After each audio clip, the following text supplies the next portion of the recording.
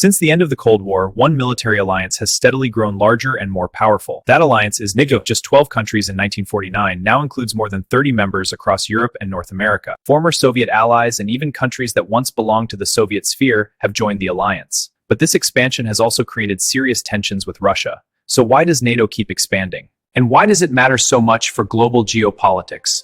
To understand that, we need to go back to the very beginning of NATO.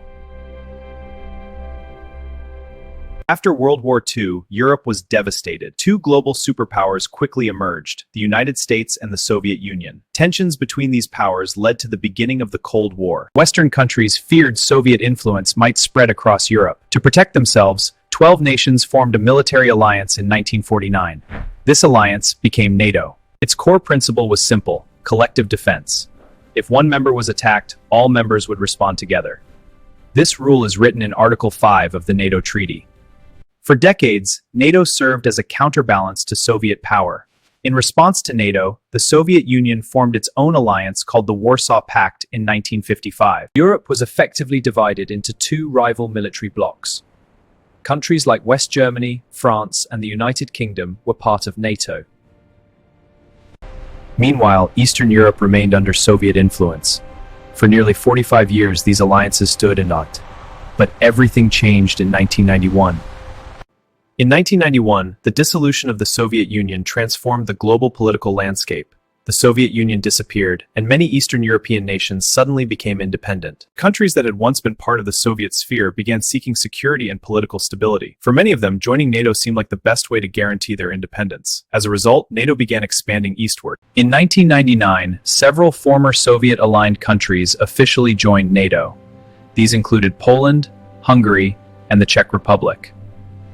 Later expansions brought in even more Eastern European states, including Estonia, Latvia, Lithuania. Their membership pushed NATO's borders much closer to Russia. Many countries seek NATO membership for one major reason: security. Smaller nations worry about potential military threats from larger neighbors. For many Eastern European countries, NATO membership represents a guarantee that their independence will be protected, a promise of security and sovereignty. While NATO expansion has increased security for some countries, it has also alarmed Russia. Russian leaders argue that NATO's expansion toward its borders threatens their national security. NATO's enlargement is a direct threat to our national security. They are surrounding us with military bases and forces. We have repeatedly criticized this policy. This is a matter of grave concern. These tensions have played a role in several modern geopolitical crises, including the conflict involving Ukraine.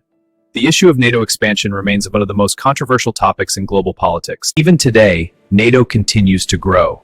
Recent geopolitical tensions have encouraged more countries to seek membership. For example, Finland officially joined NATO in 2023.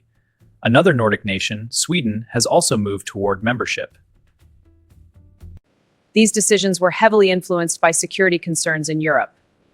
As global tensions evolve, NATO's role continues to expand as well. NATO expansion is not simply about adding more countries to a military alliance. It reflects deeper global forces, the search for security, and the ongoing rivalry between major powers. For many nations, NATO membership represents protection and stability. But for others, it represents a growing strategic challenge. For many nations, NATO membership represents protection and stability. But for others, it represents a growing strategic challenge.